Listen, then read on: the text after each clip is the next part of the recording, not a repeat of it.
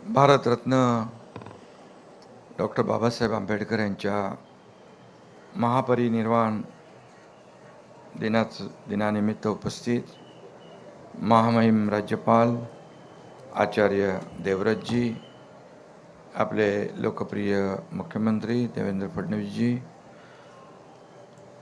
उपाध्यक्ष अण्णा बनसोडे, मंत्री संजय राठोड, मंत्री मंगल प्रभात लोढा, मंत्री आशिष शेलार, मंत्री संजय शिरसाट, आनंदराज आंबेडकर जी, नरेंद्र जाधव जी, श्री कालिदास कोळंबकर जी, राहुल शेवाळे, संजय बनसोडे, सर्व व्यासपीठावरील सन्मान्य मान्यवर, महापालिकेचे आयुक्त आहेत, त्याचबरोबर अन्य सर्व मान्यवर,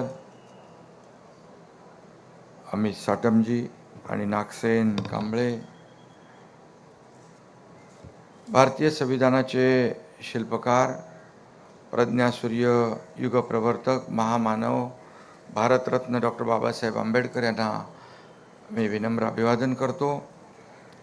परमपूज्य बाबासाहेबांच्या पवित्र स्मृतींना अभिवादन करण्यासाठी, त्यांच्या कार्यापुढे नतमस्तक होण्यासाठी राज्यभरातून, देशभरातून, जगभरातून आपल्यासारखे लाखो अनुयायी या पवित्र अशा चैत्यभूमीवर दाखल झालेत. डॉक्टर बाबासाहेब आंबेडकर युगपुरुष आहेत, समतेचे पुजारी आहेत. डॉक्टर आंबेडकर बाबासाहेब हे भारतीय स्वातंत्र्याचा आणि समतेचा सूर्य आहे. या सूर्याला वंदन करण्यासाठी आपण सगळे या ठिकाणी जमलोय. हा सूर्य महाराष्ट्राच्या अंगणात जन्मला होता, ज्याच्या तेजाने संपूर्ण विश्व तेजोमय झालं. अशा डॉक्टर बाबासाहेब आंबेडकरांचं आपल्या समाजावर प्रचंड मोठे उपकार आहेत. डॉक्टर बाबासाहेब आंबेडकरांनी उभारलेला लढा मानव मुक्तीचा लढा होता. समता, बंधुता, न्याय, स्वातंत्र्य आणि लोकशाहीचा लढा होता. बाबासाहेबांचं जीवन आणि त्यांचे विचार म्हणजे धगधगता अंगार होता. मात्र या महामानवाचं हृदय अपार कारुण्याने भरलेलं होतं. बांधवांनो आणि भगिनींनो, डॉक्टर बाबासाहेबांचं जीवन म्हणजे ज्ञानाच्या बळावर अन्यायाविरुद्ध केलेला अभूतपूर्व संघर्ष होता. खरं म्हणजे या ठिकाणी ज्या समाजानं त्यांना पाणी नाकारलं, त्या समाजात त्यांनी शिक्षणाचं महत्त्व ओळखलं. अत्यंत हलाखीत अपमान सहन करून त्यांनी ज्ञानसाधना केली. जगातील सर्वश्रेष्ठ विद्वानांच्या पंक्तीत आपलं स्थान बाबासाहेबांनी निर्माण केलं. त्यांच्या जीवनातून आपल्याला एकच शिकवण मिळते, ती म्हणजे शिक्षण हाच सर्वात मोठा आपला आधार आहे. आणि म्हणून डॉक्टर बाबासाहेबांनी आपल्याला दिलेला शिका, संघटित व्हा, संघर्ष करा हा त्रिसूत्री मंत्र आजच्या काळातही तितकाच महत्त्वाचा आहे. डॉक्टर बाबासाहेब आंबेडकर यांचं सर्वात मोठं योगदान म्हणजे त्यांनी देशाला सर्वोत्तम अशी भारतीय संविधान, आपली घटना अर्पण केली. हे संविधान केवळ कायद्याचं पुस्तक नाही आहे, तर ते न्याय, स्वातंत्र्य, समता आणि बंधुता या 4 स्तंभावर उभी असलेली भारताच्या लोकशाहीची पायाभरणी आहे. आपण कल्पना केली, ज्या व्यक्तीला जीवनात इतके अन्याय सोसावे लागले, त्या व्यक्तीने ज्या राष्ट्रासाठी संविधान लिहिलं, तेव्हा त्यात बदल्याची भावना नव्हती, देशद्वेष नव्हता, मत्सर नव्हता. प्रत्येक भारतीयाला सन्मानाने जगण्याचा हक्क देण्याची उदात्त भावना त्यांच्या मनामध्ये होती. आणि म्हणून बाबासाहेबांचं कार्य हे एका विशिष्ट समाजापुरतं मर्यादित नव्हतं, ते संपूर्ण मानवमुक्तीचं कार्य होतं असं म्हणायला लागेल आपल्याला. बाबासाहेबांनी आपल्या ज्ञानाचा उपयोग तळागाळातील दुर्बल, वंचित आणि उपेक्षित समाजाला सशक्त बनवण्यासाठी केला.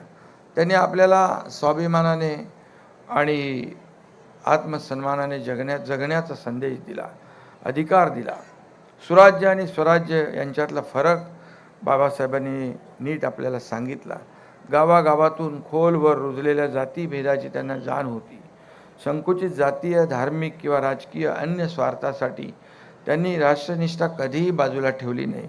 आणि म्हणून स्वातंत्र्यानंतर कायदा मंत्री म्हणून सत्तेत सहभागी होताना, शेड्यूल कास्ट फेडरेशन काढताना, धर्मांतराची घोषणा करताना अशा महत्त्वाच्या जीवनप्रसंगी सतत त्यांनी राष्ट्रनिष्ठा जागृत ठेवली. त्यामुळे खऱ्या अर्थाने ते राष्ट्रपुरुष ठरले. महामानवाचा पदस्पर्शाने पावन झालेली ही सगळी जागा आहे. आणि म्हणून या जागेत आपण जमलेलो आहोत. बाबासाहेबांनी मानवतेचा धर्म आपल्याला शिकवला. दीक्षाभूमी किंवा चैत्यभूमी, इंदू मिल इथे होणारं भव्य दिव्य स्मारक ही स्थळं जी आहे राज्यासाठी नाही तर आपल्या देशासाठी भूषण ठरतील. आणि म्हणून इंदू मिल इथं जगाला हेवा वाटावा असं भारतरत्न डॉक्टर बाबासाहेब आंबेडकर यांचं स्मारक उभारण्यात येतं आहे. आज आपण केवळ एका महामानवाचं स्मरण करत नाही तर संपूर्ण भारताच्या विवेकाचा आणि स्वाभिमानाचा हा जागर आहे. हा माणुसकीच्या धर्माचा सोहळा आहे.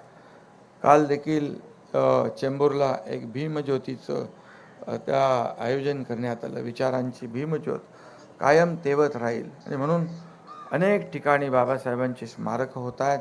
यातून सर्वसामान्य लोकांना प्रेरणा मिळते, ऊर्जा मिळते. न्याय शेवटच्या माणसापर्यंत पोहोचला पाहिजे ही भावना बाबासाहेबांच्या मनामध्ये होती.